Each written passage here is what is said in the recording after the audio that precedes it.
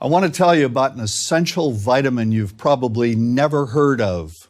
If you're a parent or plan to be one, it might be more important to your child's growth than all other vitamins combined, and only you, a parent, can provide it.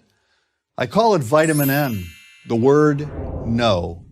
More and more children, I find, are suffering from vitamin N deficiency, and they, their parents, and our entire culture are paying the price.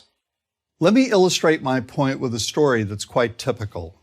A father, I'll call him Bill, gave his son, age 5, pretty much everything the little boy asked for. Like most parents, Bill wanted more than anything for his son to be happy, but he wasn't. Instead, he was petulant, moody, and often sullen. He was also having problems getting along with other children. In addition, he was very demanding and rarely, if ever, expressed any appreciation, let alone gratitude, for all the things Bill and his wife were giving him. Was his son depressed, Bill wanted to know? Did he need therapy? His son, I told him, was suffering the predictable ill effects of being overindulged. What he needed was a healthy and steady dose of vitamin N. Overindulgence, a deficiency of vitamin N, leads to its own form of addiction. When the point of diminishing returns is past, and it's passed fairly early on, the receiving of things begins to generate nothing but want for more things. One terrible effect of this is that our children are becoming accustomed to a material standard that's out of kilter with what they can ever hope to achieve as adults. Consider also that many, if not most, children attain this level of affluence not by working, sacrificing, or doing their best, but by whining, demanding, and manipulating. So in the process of inflating their material expectations, we also teach children that something can be had for next to nothing.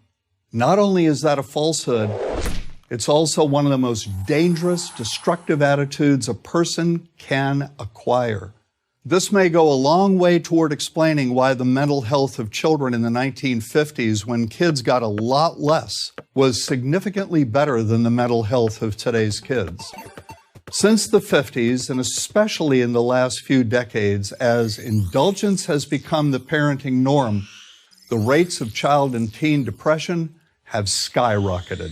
Children who grow up believing in the something for nothing fairy tale are likely to become emotionally stunted, self-centered adults.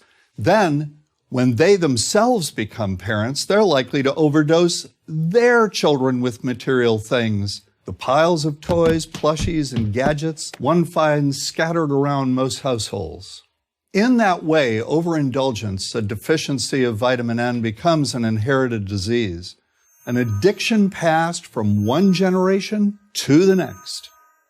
This also explains why children who get too much of what they want rarely take proper care of anything they have. Why should they? After all, experience tells them that more is always on the way. Children deserve better. They deserve to have parents attend to their needs for protection, affection, and direction. Beyond that, they deserve to hear their parents say no far more often than yes when it comes to their whimsical desires.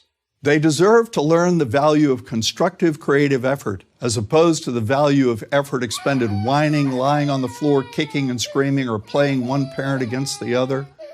They deserve to learn that work is the only truly fulfilling way of getting anything of value in life, and that the harder they work, the more ultimately fulfilling the outcome. In the process of trying to protect children from frustration, parents have turned reality upside down. A child raised in this topsy-turvy fashion may not have the skills needed to stand on his or her own 2 feet when the time comes to do so. Here's a simple rule. Turn your children's world right side up by giving them all of what they truly need, but no more than 25% of what they simply want. I call this the principle of benign deprivation. When all is said and done, the most character-building 2-letter word in the English language is no. Vitamin N. Dispense it frequently. You'll be happier in the long run, and so will your child. I'm John Rosemond, author and family psychologist for Prager University. To subscribe to our YouTube channel, click here. To help keep our videos free, donate here.